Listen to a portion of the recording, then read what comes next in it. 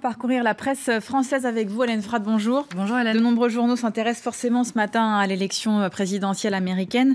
Une issue toujours incertaine de cette bataille pour la présidentielle, malgré la décision du FBI, on l'a dit dans le journal, de ne pas poursuivre Hillary Clinton dans l'affaire de ses emails. La candidate démocrate reste talonnée, parfois même distancée dans les sondages par son rival républicain.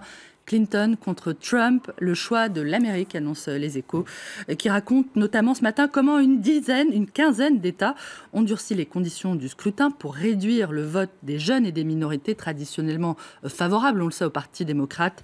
Des millions d'Américains ne vont pas pouvoir voter dans 2 jours, notamment au Texas, qui exige des électeurs qu'ils se rendent à leur bureau de vote avec un passeport, un permis de conduire ou un permis de port d'armes, ce qui pénalise évidemment les électeurs les plus pauvres, ceux qui ne conduisent pas, ne voyagent pas et n'ont pas les moyens de s'acheter une arme.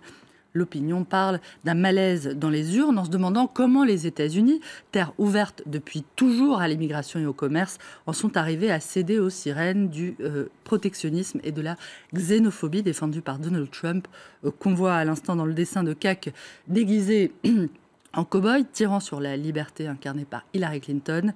La presse française, on l'aura compris, craint de la voir échouer à devenir la première femme présidente des États-Unis.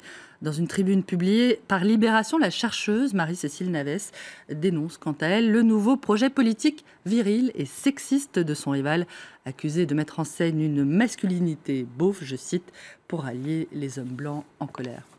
La démocratie qui est décidément un long combat, rappelle l'Humanité. Le journal dénonce ce matin le silence de coupable de l'Europe face à la dictature d'Erdogan. Le président turc vient de faire arrêter, vous l'avez dit, les 2 coprésidents et 9 parlementaires du HDP, le principal parti pro-kurde, et 9 journalistes du quotidien d'opposition Cumhuriyet.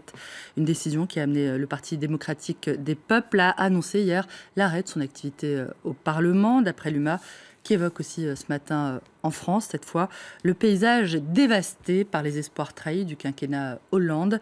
Alors que le Parti communiste a annoncé ce week-end son refus de se rallier à Jean-Luc Mélenchon, le candidat du Rassemblement de la gauche sera peut-être finalement Arnaud Montebourg. C'est l'hypothèse notamment du Figaro, qui juge que l'ex-ministre du redressement productif et son ex-collègue de l'économie, Emmanuel Macron, laissent peu d'espace politique à François Hollande, peu de place à sa gauche donc comme à sa droite. François Hollande et le gouvernement qui doivent affronter depuis plusieurs semaines la colère d'une partie des policiers. Ils réclament notamment un usage plus facile de leurs armes, une revendication peut-être sur le point d'être entendue d'après le Parisien, qui rapporte que le ministère de l'Intérieur réfléchit à un assouplissement du principe de légitime défense pour les policiers, qui est actuellement le même que pour l'ensemble de leurs concitoyens. Il n'a évidemment pas échappé aux policiers, qui se défendent d'ailleurs de réclamer un permis de tuer, que la période préélectorale était plus que propice pour être entendue, relève le journal, tandis que Libération annonce un mouvement social demain dans les hôpitaux, dont les personnels dénoncent la logique financière qui rendrait malades leurs établissements. À noter également l'organisation aujourd'hui pour la première fois en France de messes de repentance. Après la multiplication des révélations sur des actes de pédophilie commis par des prêtres, l'Église demande pardon, selon 20 minutes, qui rappelle que près de 90 victimes présumées se sont signalées ces derniers mois. Sans transition aucune, Hélène. Et pour terminer, notez aussi cet appel lancé par des féministes relayé par Libération. Pour dénoncer les inégalités salariales entre les hommes et les femmes, des militantes proposent aux Françaises de cesser le travail aujourd'hui à 16h34 et 27 secondes très précisément, l'heure à laquelle les Françaises qui ont en moyenne un salaire inférieur de 19% à celui des hommes commencent à travailler bénévolement.